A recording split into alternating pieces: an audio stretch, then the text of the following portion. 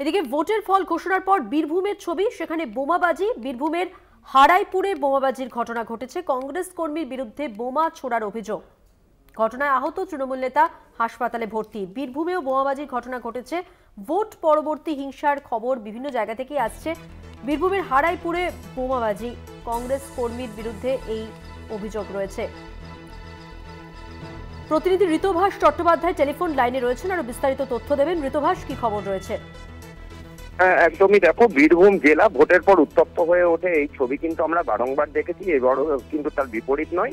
আজকে কেন্দুয়া পঞ্চায়েতের হারাইপুর যে গ্রাম বা হারাইপুর অঞ্চল, সেখানটা কিন্তু সেই জায়গা কিন্তু উত্তপ্ত হয়ে ওঠে এবং বোমার আঘাতে একজন তৃণমূল কর্মী কিন্তু জখম হয়েছেন, এমনই কিন্তু আমরা খবর পাচ্ছি বা দেখতে পাচ্ছি।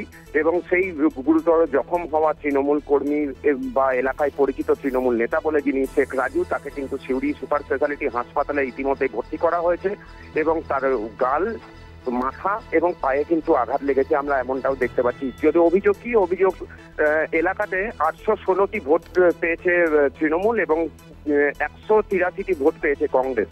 এবং তারই পর গতকালকে যখন ফল প্রকাশ হয়, ভোটের ফল প্রকাশ হওয়ার পরে এলাকাতে কিন্তু তৃণমূল বিজয় মিছিল বার করে এবং তারপরেই কিন্তু আজকে সকালবেলায় যখন তৃণমূল নেতা রাজু শেখ তিনি এলাকায় বাড়ির সামনে বসেছিলেন, তখনই কিন্তু তাকে লক্ষ্য করে বোমা ছোড়া হয় এবং সেই বোমার আঘাতে কিন্তু আহত হন রাজু শেখ।